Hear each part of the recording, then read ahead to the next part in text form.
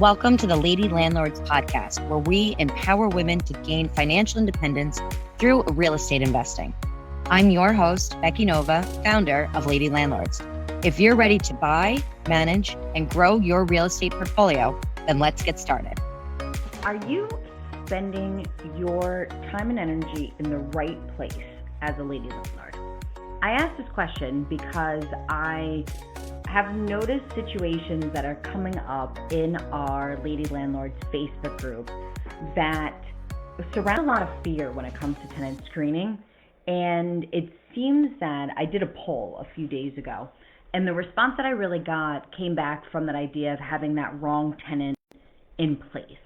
And I think this is a very important concept for us to be able to address as Lady Landlords, because the wrong tenant in our properties is what can cost us thousands of dollars, okay? It's interesting because I feel like there's two places where there is kind of that biggest gap for the possibility for something to go wrong. One, when purchasing a property, really if we do not do our deal analysis, clearly going to cause some problems there if we just don't even know our numbers up front when we're buying something. But I feel like I've seen so many members in our community spend months trying to understand how to analyze that deals, running through numbers, looking through Zillow every single day, finally kind of making the leap at that point.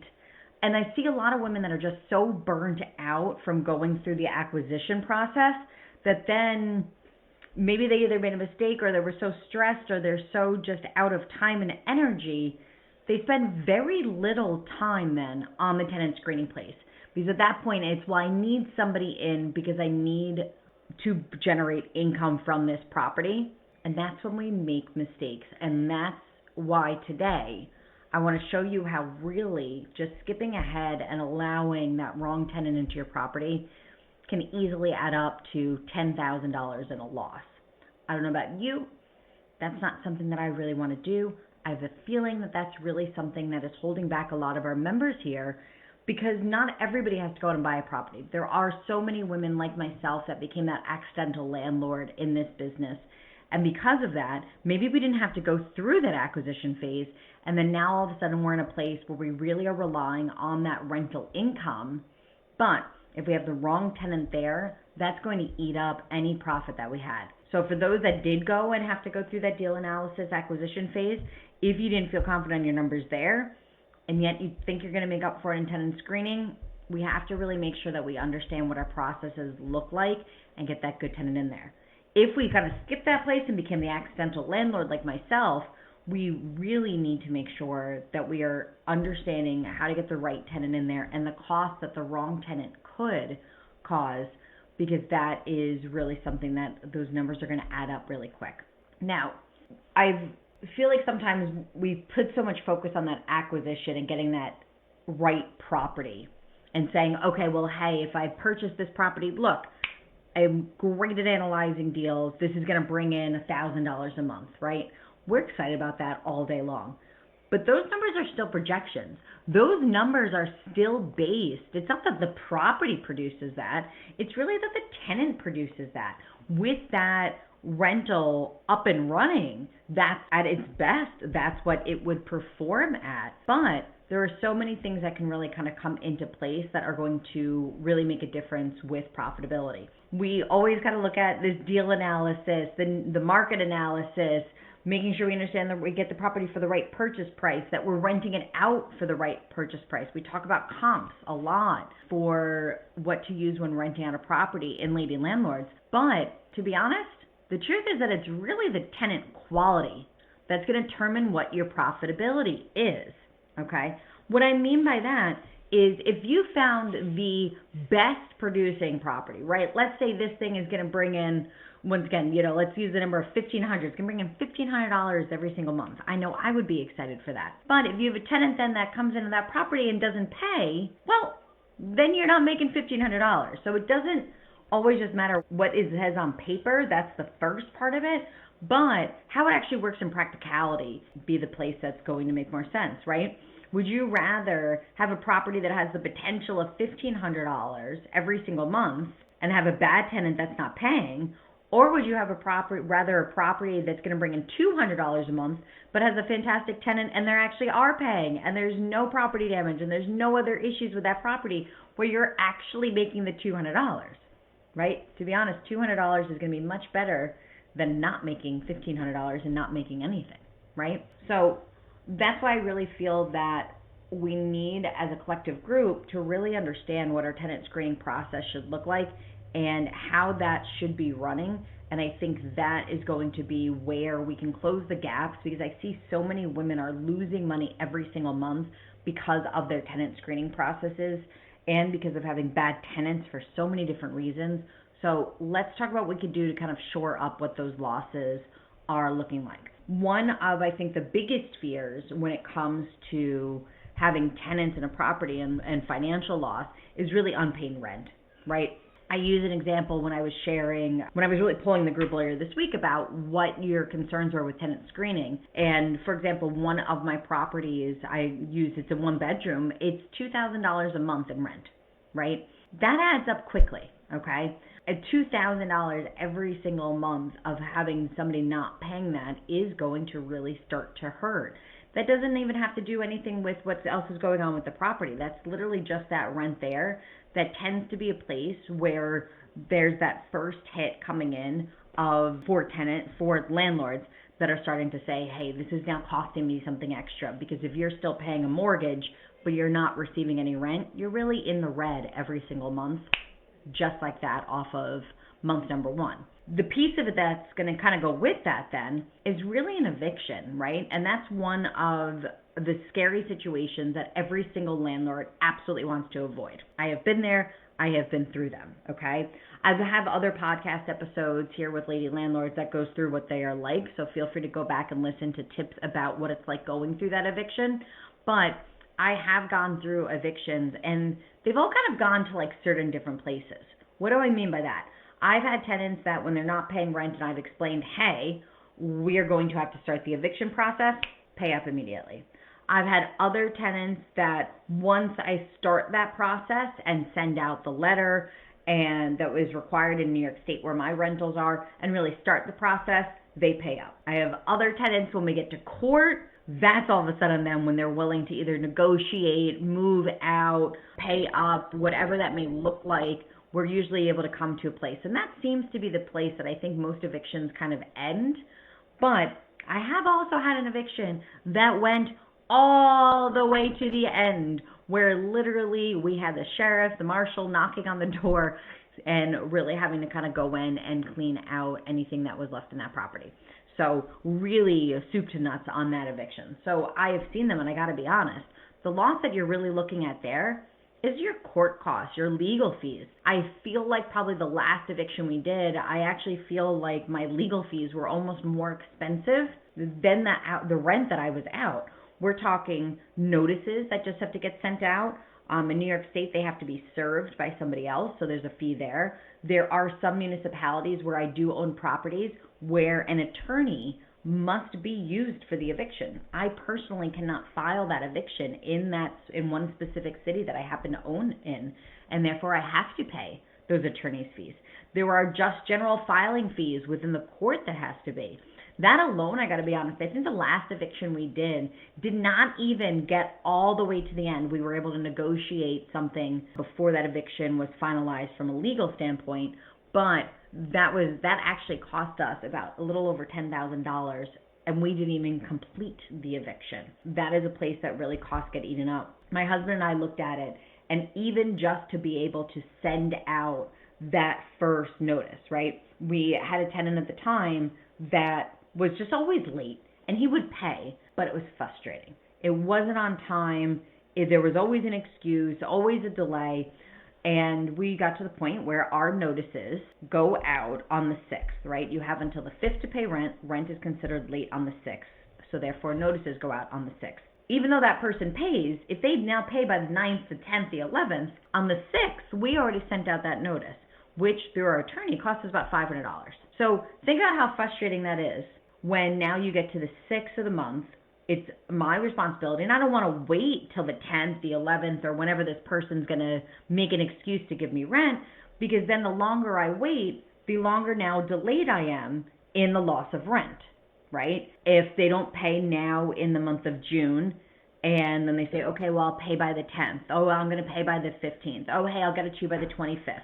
And then now July is late. I've now delayed my ability to start that eviction by now that next month. So now $2,000 is owed again. Now I'm out $4,000 and I haven't even started the eviction process, which I should have started on the 6th of the month earlier. So to send out that notice cost me $500. That's better than $4,000, but still $500 is a lot, especially once again when we're talking about, is that now the profit for the entire month of that apartment? That situation with just having a air quotes bad tenant that happens to always be late, he's really erasing any profit that I have from that unit right there in that month. And that's assuming he actually then does come and pay those funds. Otherwise, if I have to move forward with the eviction, or if he then ends up not paying at all, I'm out rent, and now I have more costly legal fees and eviction fees with those. So that really can add up quite a bit. The other space you see this, and I feel like we have this debate all the time in Lady Landlords too, is when discussing vacancy with turnover, right? Anytime now, and there's always been that conversation of, well, if a tenant's supposed to move out on the 31st, but leases then start on the 1st, how are all these people, and I don't know how this has always worked out, but you have a tenant that's supposed to be out on the 31st, but they can't move into the new place on the 1st. Where are all these people going during that time? Like I said, it always seems to work out somehow, but when you have that turnover, if you're in that situation, sometimes you have to do your cleaning, your updating, showings need to be done if the tenant's not there. So there tends to be that loss of a month's rent. Once again, I would be out that $2,000 just on the one property that I explained, and then that's assuming that I'm actually able to fill that vacancy for the next month. Luckily, in most of the areas where I own properties in New York, it's pretty fast turnover time. So maybe I do have to lose a month to show the apartment and to get that apartment refreshed, and if there's anything that I have to fix. But let's say I didn't find a tenant either. Well, now we're looking at 2 months vacancy. The debate that we always have in Lady Landlords about this is if we should be raising rent on an annual basis, right? We want to be able to keep up with comps. We want to be able to keep up with market rent. But we also don't want to lose a tenant, especially over a small fee, right? We also have to think, is the tenant really going to move because of that small increase in rent? But otherwise, if I think about increasing that rent $50 or $100 a month, that's $1,200 a year. But that tenant moves out, and now it's costing me $2,000 because now that I have a vacancy for that month or possibly 2 months. Well, not raising rent is a better financial solution there, but you have to really understand your market and the temperature for that, okay? But that vacancy with tenant turnover, if we get that bad tenant in, I gotta say there's nothing better when you have great tenants and they stay in the apartment year after year after year. They understand that there are rent increases and that is a normal part of business. They take good care of the property. They know how to communicate. When you can kind of get that smooth sailing, that to me is the closest you could ever get to any type of passive income in real estate, because I'm telling you, real estate investing is not passive. This is something that really is a business ownership type of place to be. So vacancy during that turnover time and really replacing that tenant, not just to get it cleaned and get it fixed, but then also to be able to get it rented out, is also another gap that I see women losing thousands of dollars every single month. Next up is really property damage. And this was a very, very high response rate that I got to the poll that I did in Lady Landlords about what concerns our group members so much about having tenants. Property damage, there's two sides to that, right? You have your wear and tear. Those are the things that just need to be updated. Anything with carpets being cleaned, we should be painting in between tenants. All of those different things are going to still happen. But we also then have actual damage. That could just be not from a bad tenant. It doesn't have to be a horrible tenant that's going to go out of their way to smash your stove, but that could really just be a tenant that isn't good at cleaning and they just don't do it and they just don't take care of the different items in there. Where then now all of a sudden, even though it was a brand new stove, you cannot get that stuff that's caked on there off enough that now is going to either require excessive cleaning or where you possibly even have to replace that. So sometimes I do see that intentional damage, and absolutely that's something that, to be honest, I feel is more under like a criminal space if it's really on purpose. But when you have a bad tenant that really does not care about your property, you are going to get a lot more damages at the end of that tenancy, and those things add up. We can't just think about, if you think about like, your carpet, you're not going to get a carpet cleaning company that's going to come out and just focus on that one little corner over there. You're really having to do the entire floor, right? You're really doing that entire room. And if you have carpet that then goes into the hallway from that room, now you're also doing that hallway. Those costs are going to have to add up. I had that issue years ago. I have a property that was rented to college kids. They were the nicest kids. They lived there for years. I wouldn't say they took great care of the property, because I'm pretty sure like cleaning was not exactly like the biggest thing. I feel like their mom still came over and cleaned the property, but they left the place in fairly good condition. But with what was put down on the floors, it looked like, my guess is that somebody spilled some bong water. And the water damage ruined where part of the wood was. It was like that LVP. And in order to change that, it was of course in the middle of the room. So we had to replace and pick up a lot of the parts of the flooring in order to get where the water damage was in the center of the room. Honestly, it would have been a lot cheaper to replace if these boys were smoking in the corner.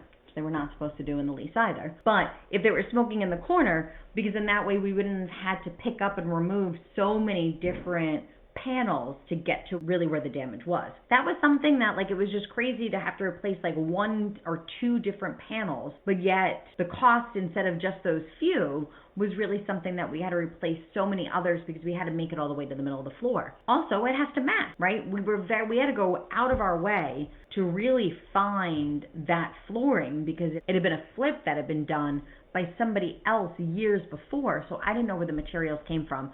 And it did take us quite a bit of time to be able to even find them. Otherwise, we would have had to charge these students for the entire floor, because that's what had to be done to fix that. And their security deposit was not going to cover the entire floor. So I absolutely understand where that property damage does come in.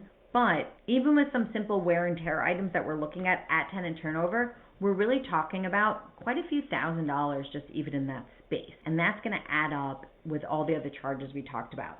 But there is one hidden cost that I feel like we don't talk about enough, and to me, this is the one that's the most expensive. That is the time that we have to put into all of these different things and the stress associated with it. Regardless of talking about the eviction that I'm saying, okay, I was able to hire an attorney for. That sounds great. It sounds like it's off my plate. It's not. I still have to communicate with that attorney. I have to get them the copies of the lease. I have to get them the copy of their rent payments. I have to get them the ledger. I have to go back and forth about what's happening with court. I could choose to go to court, or I do not have to, but I still have to have an understanding of what's going on in those courts. I have to follow up with tenants that are not paying. I have to send them those notices.